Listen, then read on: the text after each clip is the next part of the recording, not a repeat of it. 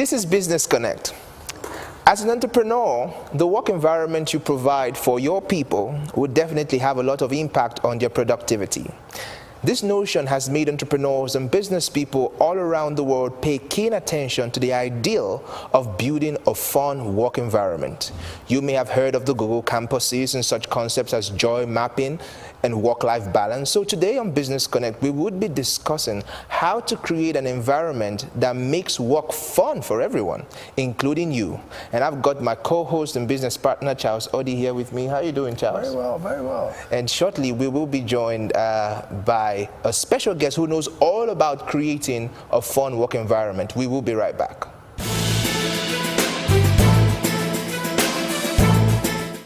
Welcome back. My guest today is Marek Zmyslowski. He's the CEO of Jovago for English-speaking West Africa. Now, Jovago is a global hotel booking online portal, probably a platform where you can get the best deals. But what stands out most about Jovago is how much fun they have doing what they do under the leadership of their CEO. Marek, you're welcome to Business Connect. Thank you for having me. Pleasure to be here, as always. Yeah, you know, it's always great whenever I see pictures of Jovago.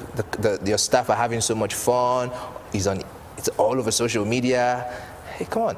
How do you create such a work environment for them?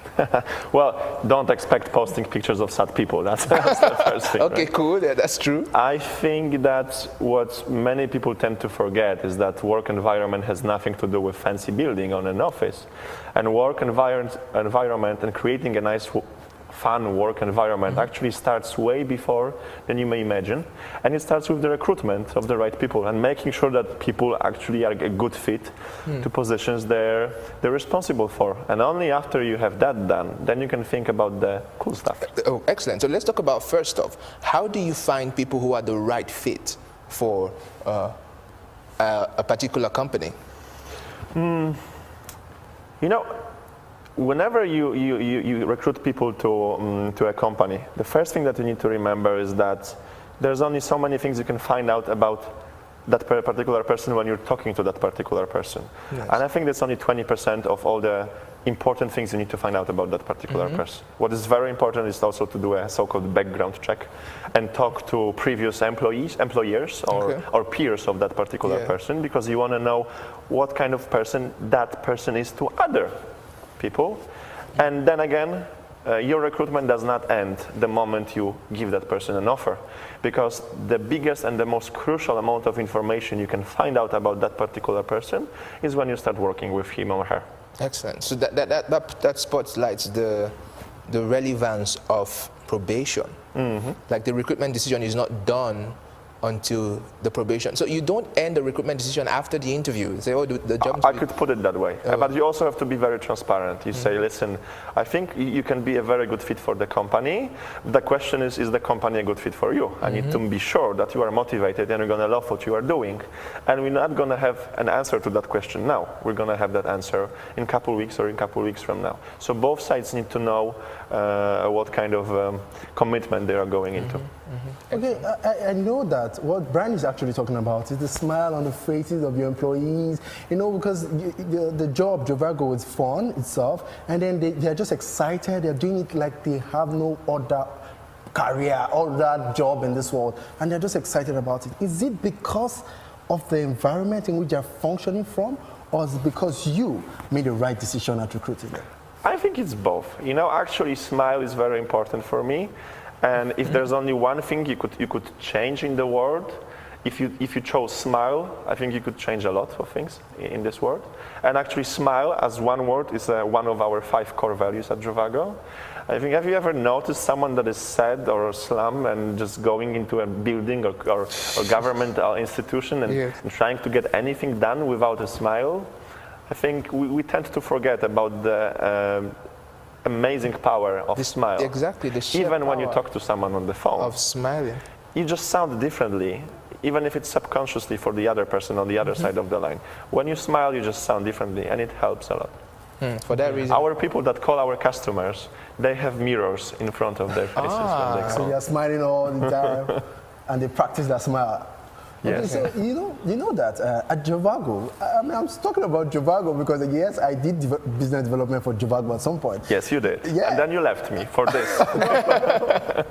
No, but and I know that people stay because you gave us at the time work hours 9 to 5, but you find people staying up until 8 p.m. You find people staying up until 9 p.m. and they're not complaining about it. You know, and we know that someone once told me that it was a strategy for CEOs because in Google you have Google campuses and the Google's plan is to let you stay and leave whatever it is you're doing and just keep getting trained on the job and then find your work balance on your work. So is that what you do? Did you deliberately leave people to stay extra hours to work? To be honest, when someone stays day after day, longer hours, for me it's a sign that something is going wrongly. Because I'm not pushing anyone to be 9 to 5 or 8 to 4 or 7 to 3. I like to give my people independence. That also comes with responsibility. I like to manage my team by goals. Okay. So if someone stays longer hours, that means probably a deadline is coming and he needs to work more to meet the goals. And if he has to spend more time than normal usual work hours, that can mean two things. That person is either doing a wrong job and I should work with that person more to make sure she's working in a more effective way, in a smarter way, or the goal we have set up for that particular person or for that particular team is not achievable. And when you set up too ambitious goals that are actually not achievable, in the long term, you're going to have demotivated people. Because if they don't achieve their goals, even though they work really, really hard and they are convinced they do everything what it takes to achieve that goal, and they still don't do it, you're going to have a demotivated team in the long term. Fantastic. And talking about managing people with goals, a lot of CEOs try to find out what the employees are doing at all times. They want to know what are you doing by 1 p.m., what are you doing by 12 noon. But with this system, it's like that's not effective. Like that's not more useful because all you need to find out did you achieve the goals or not? How true is that? Maybe it works for other companies. It does not work for me. I just don't feel comfortable wasting my focus, my time and my energy on checking what people do on that particular hour. Once again, I prefer to manage our teams by goals, and it's their responsibility how they're going to achieve these goals. If the goals are not met, that when you as a line manager or the CEO of the company, you should dive in the daily task of that particular person and find out if the way they do it is proper. And then you're going to quickly find out if they're still working hard but not working smart. And properly, and then you find the reason, you fix it, or you're quickly going to find out that that person is not achieving the goals because it's not working, because that person is not working at all. And you can give her one warning, second warning. You need to find out why that person is not working. Is just because that person is lazy, or maybe she's doing stuff she actually does not love. Then again, you know what to do in a situation like that. If it happens constantly, why would you waste your energy and time on working with a person like that? Use that energy or finding someone better. Finding somebody better. So it means that in the end, before you begin creating a great work environment, you should apply a lot of time and energy to selecting the right people. Recruitment is key to a fun work environment. Okay, now let's get into the fun work environment. When they're on the team and they're working, and they're having a lot of fun. I see them sometimes, they're playing around, there's a cake in the office, sometimes somebody's doing a birthday, sometimes there's like a costume party or something, and everybody's just excited at Jovago. But how do you get people to balance between, hey, this is work time, and this is playtime? Don't you find that sometimes your staff could get carried away in so much excitement? Yeah, staff can get carried away, and they especially get carried away when you work with young people, when you work with unexperienced people. There are so many cool things about them. They have the energy, they have the motivation to do big stuff, and they come excited to their office every day. But when you are too friendly, and when your friendliness comes also being too soft or too weak in terms of getting what they are supposed to do from them, that's when you can have a risk, obviously. This is why it's important to be friendly, but at the same time, strict. So you won't consider yourself a friendly boss? Upset does not mean strict. Upset means weak. Whenever you see that your boss is upset with you, he's just letting his frustrations outside. Because you are upset, you are angry, you shout when you actually don't know what is happening. Because when you know what's the real reason of your company, your team, or your employee not performing, why would you be upset? You should focus on fixing that problem, not letting your frustration go away. But at the time, for instance, there was a time we recruited somebody to help us work on our website to upload content to Business Connect, and the person was not doing the work. And this person kept on promising me, oh, I will get it done, I'll get it done, I'll get it done. And I tried to have a conversation with her as to why are you not doing the work? And she, oh, you know what? It's my fault. I will get it done. But then she still wasn't doing the work. So I got upset. I didn't flip in front of her. I flipped in front of him. But then I really did get upset. But how would you explain? And a lot of CEOs are there. They really get upset at their people because they don't get the job done. Did you ever agree with that person? What would happen if that job is not done? Because many times we agree on something to be done by then, but we never agree what's going to happen if it's not done. If it's not done. Yes, and if you don't have those two sides of every agreement, then it doesn't make sense. It's like building a simple contract. Every lawyer will tell you. You define a time and place of that particular action to happen, but you also have to define an action that will take place if that first action won't happen. Doesn't happen. Yeah. We had the client one time who was the CEO of a pretty young company. 70% of the employees were below the age of 26. Just like Jovago. Just like Jovago. And then they were having a lot of fun time, and then he needed them to get serious. And most times he finds himself yelling in the office. He's always screaming, this is not done, this is not done, this is not done, this is not done. How do you demarcate that time?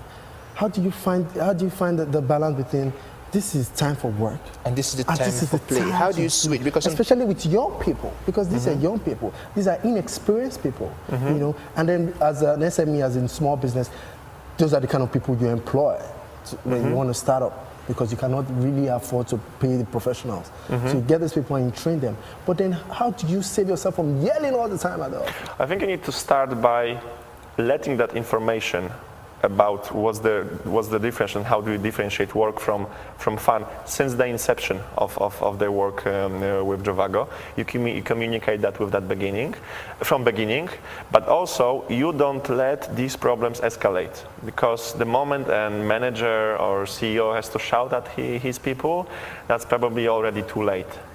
If you're able to work with your people closely, set up goals not quarterly, not only monthly, but also weekly and even daily, then whenever something is falling apart, you can actually react soon enough to fix the cause of the problem while it's still in the root. In the root of it. I hope my English is proper here. Yeah. Okay, so what do you say to a boss who's always shouting at the office? Is that proper? Is that the way to go? Is that the way to cultivate a conducive working environment? What would I say to a boss that is shouting at the office? Shouting. Yes. I think he should first ask himself a question: what makes him flip out so often? My first guess would be that he actually does not know how to react in a different way. Maybe he was never taught to do it. Maybe the only way for him to influence his people is by shouting.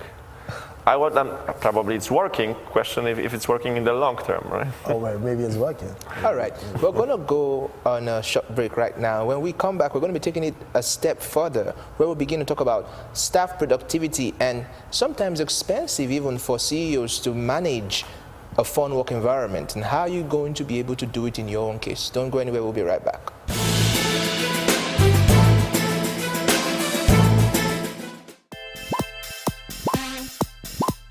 Level Plus is now on your mobile format and connects you in real time.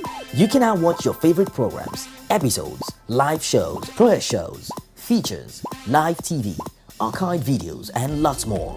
You can also participate with your comments and contributions from anywhere in the world. Download on any of your mobile device, whether it's Android or iOS or Windows, the Level Plus mobile app now, and stay connected. Level Plus, totally you.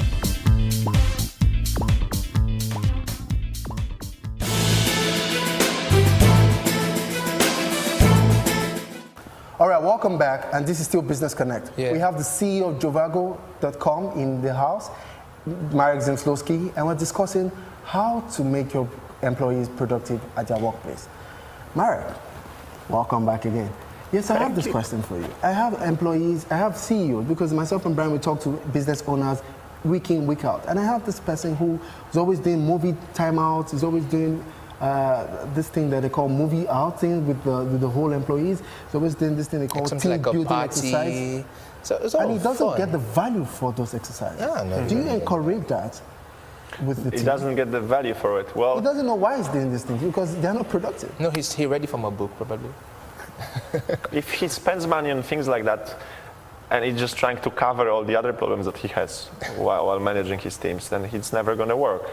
Because if there are some fundamental problems in the way he manages the team, and there are some problems because the people are not working what they like and they just don't want to come back every day to the office, even if you're going to send them 3 times a day to the movie, you're not going to fix the problem. So maybe that's it, but I don't know. I think from what you just said, I think a fun work environment or all those fun things that people do should be like an addition to the environment. an interesting job itself. Yeah, there's a responsibility to create an interesting job for somebody. You know, if the person is excited to come to work. I used to be, when I was an employee, I used to be excited to go to work on Mondays. I didn't understand, you know, all over BBM and all the social media, they would have, Monday, oh no, I'm gonna die, I hate Monday, Monday is here you are again. I used to wish the weekend could finish quickly. All these events, I think that the important things in these events is to, besides the fun work, cool work, I like my position, I like what I'm doing, you need to sometimes get these people together in a different than work environment so they can interact and they can build relations with each other. Right. Because if you talk to someone who likes work, who likes his job, who likes what he's doing, and you're going to ask him why does he like it, and you're going to ask him to tell you 3 things, I can give you my word, one of the things will be I like the people I am working with. And you can only make them like each other when they interact outside work. Many times new people come, old people leave. Whenever new person comes into a group of people that already know each other, it's hard for the new person to blend in. This is why you do all this stuff. Okay. Now, I know that when we worked at Juvago back in the day, it was not the best of the office. I mean, but it did not reduce our productivity. In terms of the physical location. In the terms, it was a pent actually, but we didn't have ACs, Marek. No ACs. There was a rat trying to steal my sandwich. It's like. Okay, so but it didn't affect our productivity. And this people, 70% of people who watch us are business owners. Mm-hmm. Some are just starting up, and most of them start from their bedrooms. Some start from their houses. Some of those environments are not the best. But how can they make it productive like we made Juvago productive? I would say again, managing by goals and giving independence and responsibility that comes with that. And I think smart people, they are able to appreciate it. Whenever something was not working, I like to think that I listen more than I talk. I just don't want to push whatever I want to push. I tend to listen. And also, again, when you have a team of 20, 50, 80, 100 people, you're out of control. Like, control is not the case anymore. The only thing that you're left with is influence. You can influence people. And it's easier to influence people when you make sure that people like what they do, and how to make sure people like what they do, and this works well for the company. You need to be sure what is the goal of each person that works with you. And I think the ultimate responsibility for you as a manager is to align each employee's personal goals, what kind of career he wants to pursue, what kind of skills he wants to develop, which direction he wants to grow into, and just make sure that if he's going to do, even if he's egoistic in the company, he will still grow the company itself. So you were, for example, in the business development team. So I would say people in the business development team, they wanted to develop their B2B skills. They wanted to be in work, they wanted to have a job when they travel a lot, because they want to travel. They want to meet new people. They just don't want to sit in the office, and they want to develop their skills, their sales skills, their telesales skills, and soft skills. Yeah. So they were developing their own skills. They were achieving their own goals. But by the way, while doing that, they were doing stuff for Juvago, and that's exactly what we needed from them. Okay, so now you just spoke about some very personal things, having the employee's career goals set out and helping him to achieve his career goals while working. Don't you think that's so personal? Knowing the kind of kids I want to raise, knowing what I want to achieve in 2-3 years. Do you think that's personal, or you think it's very important to recruitment? I think it's crucial. Very crucial. So if I come today, you sit down with me and you want to know where I want to be in another 5 years. Yeah, of course. And I will add to it from another perspective. Every time I talk to someone, when I recruit people, when they come for job interviews, I ask them, you have this cool job, you've been doing this for the last couple of months, last couple of years in that particular company. Why do you want to move? And they tell you, because I feel like I've learned all the things I've learned, I could learn in that particular company, and I want to move on. So whenever someone changes job and you're able to hire that particular talent, you realize that the company was not able to provide him a way of achieving his personal goals. This is why people leave. Right. So as much as possible, the personal goals, and that's what you check out when you're trying to recruit.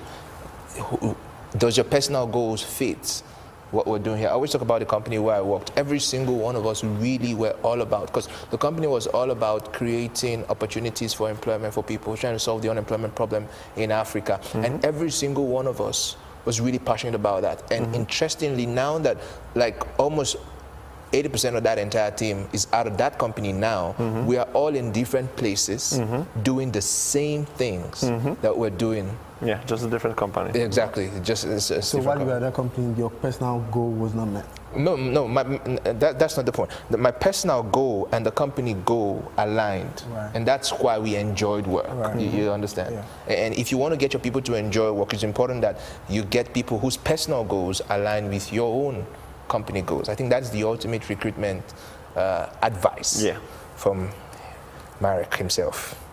Okay, now, let's look at the advantages of creating the kind of work environment that you have in Jovago and its impact on your ability to attract top talent. You see, a lot of businesses find it difficult to attract great guys, especially SMEs. They think, these guys don't want to work for me, they don't want to carry my name, they don't want to represent me, but you have people who are very excited about being Jovago staff. So tell us about how you are able to attract top talent. It is an issue in Nigeria. When you ask young, ambitious people, smart people what they want to do while they are still at the university, of course, plenty of them will say, I want to be an entrepreneur, because Nigeria is a very entrepreneurial country. But many times they will say, I just want to work in a big corporation like oil and gas, banks, etc., because that gives you some sort of a stability. I think many times people don't like to go to an SME because they are afraid that something may go wrong with the company. I think if you ask someone why they don't want to work with that SME, why they prefer to go to a bank or to an oil and gas or any other big company. I think what attracts people to Jovago mostly is the opportunity of growing. Because if we launched 2 years ago and there was me and 2 other guys, and now there's 80 of us in the office, obviously people need to grow with the company, otherwise the company will not grow at all. So many people that started with me as customer service expert or sales executive, right now they are managing their own teams. So as long as you give the opportunity for people to grow, and also getting promoted and maybe earning a little bit more, because this is very important for everyone, then they will stay and they will let their friends know. We recruit mostly based on recommendations. Whenever I have an open position, I don't go to some Nigerian websites or I don't buy an advertisement on a newspaper. I ask my employees, do you have any friends? Because great people attract great people. Exactly. Talent also have talented friends. Smart people also have smart friends. And I publish on our social media. So I want to spread the word among people that already know me for some reasons. And then the recruitment is easier because there's already a connection. Some people can already give you that background check I mentioned before. Yes. So attracting talents actually means finding them before someone else finds them. Because if someone is smart, hardworking, and has other values you're looking for, probably he's not looking for a job. Exactly, exactly. The job is looking for that person. Let's throw in this last question. Now, you seem to have a fun work environment, and you seem to also be a fun personality. Have you ever had a staff try to take advantage of that? Take advantage of your personality and therefore not work, but the person is not expecting you to call him or her out for not working? Have you ever had that situation, and how did you deal with it? Yeah, I had that situation when I had one of my first companies in Poland. I actually hired my friend that was my friend way before. And then we had issues whenever I was really demanding from him in terms of delivering of the goals we both agreed on. And whenever something was not working properly and I needed to show him that, okay, fun is fun, but now we are working and something needs to be changed, that's when the issues raised. Here in Nigeria, it hasn't happened so far, because I've learned as well, and I've gotten from mature. That experience. I think that you should have fun with your employees, but it cannot have too much fun. But when things like that happen, when people try to take advantage of you, you need to react as soon as possible before the case gets serious. And there's